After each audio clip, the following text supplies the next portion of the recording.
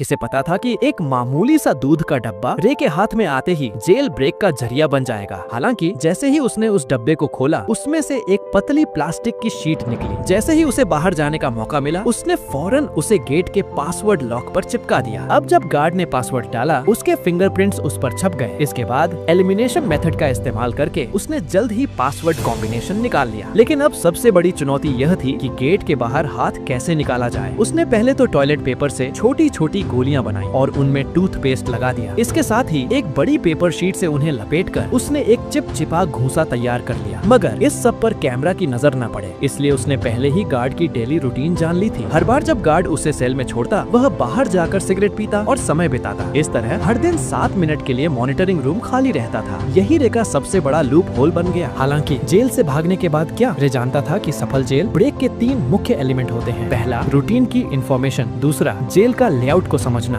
और तीसरा बाहर साथी का होना। अब पहले 2 एलिमेंट्स पर उसकी पकड़ थी और जेल के स्ट्रक्चर का भी उसे पूरा अंदाजा था। उधर उसने जेल के बगल में एक वीक स्पॉट भी देखा, जो एक फायर स्टेशन था। रे के पास सिर्फ ब्लैक सेल की लोकेशन थी। सब कुछ समझने के बाद उसने अपना प्लान शुरू कर दिया। एक दिन उसने जानबूझकर एक कैदी को मारकर घायल कर दिया। जैसा उसने सोचा था वैसा ही हुआ। गार्ड ने उसे सजा के तौर पर ब्लैक सेल में डाल दिया। अब जब गार्ड उसे खाना देने आया, तो उसने चुपके से कागज की बॉल छोटी खिड़की के लॉक में डाल दी, जिससे वो खिड़की आसानी से खुल गई। पासवर्ड केवल 4 अंकों का था, जिसे उसने जल्दी से क्रैक कर लिया। ब्लैक सेल से निकलते ही उसने मॉनिटरिंग सिस्टम पर 1 मिनट पहले का फुटेज चला दिया। इसके बाद उसने फायर स्टेशन से जुड़ी वेंटिलेशन पाइपलाइन को ढूंढा और जब गार्ड समय बिता रहे थे, रे रेंकर पाइप के रास्ते से बाहर निकल गया। वहीं उसकी साथी भी समय पर पहुंच चुकी थी। उसने एक छोटी कार में विस्फोट कर दिया, जिससे फायर अलार्म बज जाए। गार्ड्स ने सीसीटीवी देखा, लेकिन उन्हें सब कुछ नॉर्मल लगा। लेकिन दूसरी ओर रे तब तक फायर स्टेशन में घुस चुका था और उसने जल्दी से एक फायर फाइटर की यूनिफॉर्म पहन ली। आखिरकार वह फायर ट्रक के नीचे छुपकर घटना स्थल तक पहुंच गया, जिससे अफरा तफरी का फायदा उठाकर वह ट्रक से बाहर आया और अपने साथी की गाड़ी में बैठकर सक्सेसफुली वहां से निकल गया। यह रे की 14वीं सफल जेल ब्रेक थी,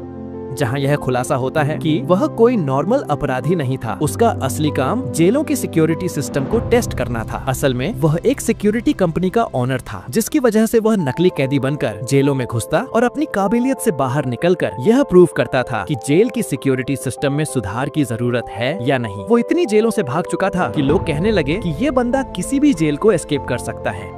एक दिन CIA के लोग उसके पास आए और कहा कि उसे एक बहुत कड़ी और खुफिया जेल में जाना होगा, जिसका नाम या लोकेशन किसी को बताने का ऑर्डर नहीं था। यह मिशन बहुत खतरनाक था। बावजूद इसके रे मान गया, क्योंकि उसे लाखों डॉलर का यह ऑफर वर्थ इट लगा। कौन जानता था कि पैसा सच में इंसान से कुछ भी करवा सकता है। उन्होंने रे को एक नई पहचान और एक सीक्रेट एग्जिट कोड दिया, जिसका इस्तेमाल वह अगर कुछ गलत हो तो भागने के लिए कर सकता था। जाने से पहले उन्होंने उसके शरीर में एक ट्रैकिंग डिवाइस भी लगाया। जल्दी ही वह दिन आ गया जब उसे जानबूझकर अरेस्ट होना था, लेकिन अचानक कुछ लोगों ने उसे अगवा कर लिया और इलेक्ट्रिक शॉक दे दिया। इससे पहले कि उसे कुछ समझ आता, उन्होंने उसके हाथ से ट्रैकिंग डिवाइस को निकाल दिया और उसे बेहोश कर दिया।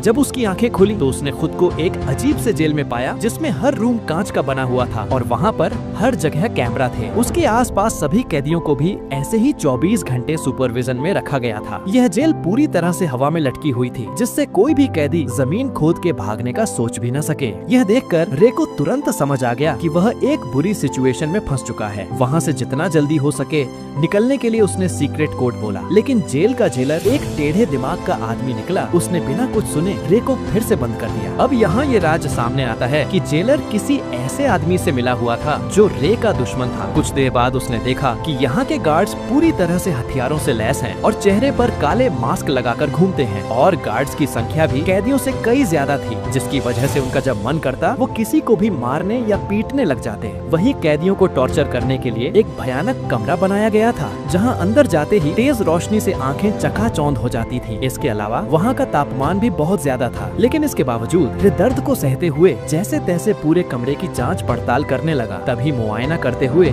उसकी नजर फर्श पर स्टील प्लेट से जुड़ी कील पर पड़ी। उसी मोमेंट उसके दिमाग में एक आइडिया आया। बाहर निकलने के बाद उसने प्लान बनाना शुरू कर दिया। अब जेल से बाहर निकलने के लिए उसे किसी की सख्त जरूरत थी। जैसे ही उसने अपनी पहचान बनानी शुरू की, तभी टायसन नाम का एक आदमी उससे दोस्ती करने आ गया। उसकी आंखों में अलग ही चमक थी। उसने सीधे पूछा, क्या चाहिए तुझे? रे ने भी कुछ नहीं छुपाया और सीधा कहा, मुझे एक चमकदार आयरन शीट चाहिए जो रोशनी को रिफ्लेक्ट करे, और अगर तुम मुझे ये लाकर देते हो तो हमारी दोस्ती पक्की समझो। इस पर टायसन भी राजी हो गया। इसके बाद वो सीधा जेलर के पास पहुंच गया और उसे उल्टा सीधा कहने लगा, जिससे टेढ़े दिमाग का जेलर गुस्से में आकर उसे वाटर टॉर्चर देने लगा। हालांकि इसी बीच टायसन ने चालाकी से उस कमरे का ड्रेन कवर निकाल लिया। काफी मार खाने के बाद उसने वह कवर रे के हवाले कर दिया। रे को लगा, वाह, यह आदमी तो काफी शातिर खिलाड़ी निकला। टायसन से इम्प्रेस होके उसने अपनी असली पहचान बता दी कि मैं एक जेल ब्रेकर हूँ। इसी के साथ उसने अपना एनालिसिस भी बताया कि इस जेल का स्ट्रक्चर वर्टिकल है, जिसका मतलब यह जेल अंडरग्राउंड में बनाया गया है। दरअसल जब रे टॉर्चर रूम में था तो उसने जमीन के नीचे से पानी की आवाजें सुनी थी, जिसका मतलब वहाँ एक पानी की पाइपलाइन हो सकती है जिससे उन्हें भागने का रास्ता मिल सकता है। इस सब के बाद टायसन ने जानबूझकर जेल के गुंडे मार्को ब्रदर्स से पंगा ले लिया। उधर रे ने एक रोटी को हथेली में छिपा लिया। फिर जैसे ही मार्को के आदमियों ने जेल में मारपीट मचाया, प्लान के अकॉर्डिंग दोनों को टॉर्चर रूम में डाल दिया गया। वहाँ पहुँचते ही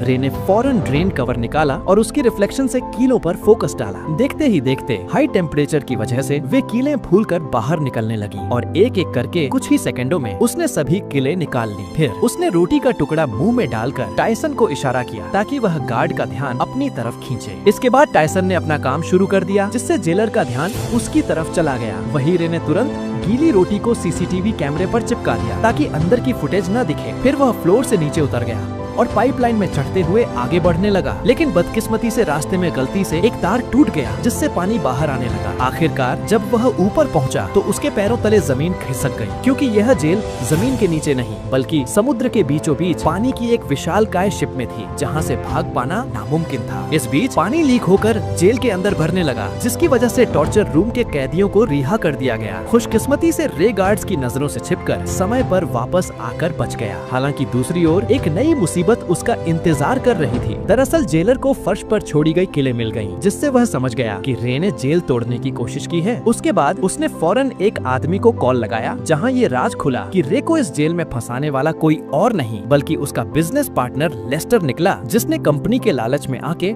यह साजिश रची है। अब अगले दिन किसे पता था कि रे के ऊपर टॉर्चर के बादल मंडराने लगेंगे। जब जब वह सोने की कोशिश करता, गार्ड्स उसे जगा देते और इसका फायदा उठा के वह उसे खूब मारते पीटते भी थे। ऐसे ही कई दिन बीत गए। रे पूरा दिन बेहोशी और थकान में रहता। आखिरकार उसकी हालत देखकर गार्ड्स उसे रोज मेडिकल रूम ले जाने लगे। कितने जख्म, कितनी दर्दनाक यादें, कितनी टूटी उम्मीदें, फिर भी वो अपनी लड़ाई लड़ता रहा। डॉक्टर भी उसे देखकर दंग हो जाता था। कुछ दिनों के बाद टॉर्चर का सिलसिला खत्म हो गया और उसने फिर से प्लान बनाना शुरू कर दिया। दरअसल खाना खाने के बहाने वह टेबल के नीचे चोरी छुपे एक डायरेक्शन बताने वाली डिवाइस बनाने लगा। इसी दौरान उसने मार्को से मिलकर उसे अपनी टीम में शामिल कर लिया, जिसके बाद तीनों ने मिलकर एक ताबड़तोड़ प्लान बनाया। प्लान के हिसाब से मार्को भाई ने जेलर से झूठ बोला कि मेरे पास खुफिया जानकारी है जो मुझे डेक पर जाके पहुंचानी है। ये सुनते ही जेलर ने उसे डेक पर जाने की परमिशन दे दी। अब वहां पहुंचते ही मार्को ने डायरेक्शन डिटेक्टर से मेजर करना शुरू कर दिया, मगर रे के लिए इतना काफी नहीं था। उसने नोटिस किया कि फ्लश करते वक्त पानी घड़ी की उल्टी दिशा में घूम रही थी। अब सारे डाटा को एनालिसिस करने के बाद उसने कंक्लूड किया कि वो अभी नॉर्दर्न हेमिस्फीयर में है। फिर एक नए आए कैदी से पूछने पर पता चला कि अभी नवंबर का महीना चल रहा है। इसके बाद रे ने अपने बॉडी टेम्परेचर को ध्यान में रखकर अनुमान लगाया कि वहाँ का तापमान जरूर मोरक्को तट के आसपास का होगा। इतनी मशक्कत के बाद आखिरकार अंत में जाकर उन्होंने क्लियर लोकेशन का पता लगा ही लिया। हालांकि लोकेशन पता होने के बावजूद वो वहाँ से निकलते भी तो कैसे, कि तभी टायसन ने कहा कि अगर हम किसी तरह से बाहर मौजूद मेरे आदमियों तक मैसेज भेज सकें तो हमें यहाँ से निकलने से किसी का बाप भी नहीं रोक सकता। उसकी बातें सुनकर रे को लगा कि इस जेल का डॉक्टर शायद उसकी मदद कर सकता है। उसके बाद उन्होंने एक प्लान बनाया जिसके अकॉर्डिंग टायसन ने जानबूझकर रे पर हमला कर दिया, जिससे वह डॉक्टर के पास जा सके। ऐसे ही कई दिनों तक रे बीमार होने का नाटक करके रोजाना डॉक्टर के पास जाने लगा। डॉक्टर को भी रे का दर्द बर्दाश्त नहीं हुआ और वो उसकी मदद करने के लिए राजी हो गया। अब यहाँ ये खुलासा होता है कि दरअसल डॉक्टर भी यहाँ उम्र कैद की सजा काट रहा था, इसलिए उसने रे को उसके फैमिली से मिलाने का वादा किया। जिसके बाद उसने गुप्त रूप से रे का मैसेज टायसन के आदमियों को भेज दिया। सारी तैयारी हो चुकी थी। तभी रात को जेलर ने देखा कि रे दीवार पर कुछ टैप कर रहा है। असल में यह मोर्स कोड था और जब जेलर ने इसे डिकोड किया तो लिखा मिला कि कल सुबह सी ब्लॉक में दंगा होने वाला है। यह देखकर जेलर के पसीने छूटने लगे। उसने तुरंत सी ब्लॉक में 3 गुना सिक्योरिटी बढ़ा दी। अब उसे कौन बताए कि ये तो रे का मास्टर स्ट्रोक था। असली दंगा तो उसके अपने ब्लॉक में होने वाला था, जहाँ सिर्फ 2 गार्ड्स ही बचे थे। अब जल्दी ही अगली सुबह 2 गैंग्स आपस में भिड़ जाते हैं। इस हंगामे का फायदा उठाकर रे, टायसन और मार्को वहाँ से भाग निकलते हैं। तभी भागते भागते रे कैमरे के सामने आके जेलर को चिढ़ाता है। गुस्से में आकर जेलर सभी गेट्स को बंद करवा देता है। फिर तीनों पाइपलाइन के रास्ते से जेल की छत की तरफ चढ़ते हैं। जब वे डेक के बिल्कुल पास पहुँचते हैं तो उनका रास्ता एक इलेक्ट्रॉनिक गेट से बंद हो जाता है, जिसे खोलने का बस एक ही रास्ता था कि पूरी जेल का पावर ऑफ कर देना। इस जोखिम भरे काम से सबको वापस पकड़ा जा सकता था। वहीं दूसरी तरफ जेलर ने मोशन डिटेक्टर के जरिए उनकी लोकेशन ट्रेस कर ली और फिर सारे गार्ड्स उनके पीछे लग गए। तभी भागने के दौरान मार्को को गोली लग जाती है। वह समझ जाता है कि उसका जिंदा बचना अब मुश्किल है, इसलिए वह अपने साथियों को भागने को कहता है और अकेले गार्ड्स को रोकता है। जैसे तैसे रे नीचे पावर रूम तक पहुंचकर पूरे शिप का पावर ऑफ कर देता है और ऊपर गेट खुलते ही टायसन तुरंत डेक तक पहुंच जाता है। खुशकिस्मती से वहां हेलीकॉप्टर भी पहुंच चुकी थी, लेकिन टायसन के मजबूत इरादों की वजह से वो रे को अकेला छोड़कर जाता भी तो कैसे। उसने मशीन गन उठाई और सामने आने वाले गार्ड्स पर गोलियां चलानी शुरू कर दी। वहीं दूसरी तरफ रे छुपकर पानी के एक टैंक में घुस गया, जहां उसे ढूंढ पाना मुश्किल था। यह देखकर जेलर ने तुरंत आदेश दिया कि शिप को दोबारा रिस्टार्ट करो, जिससे जिस पानी के टैंक में रे छुपा था वह अपने आप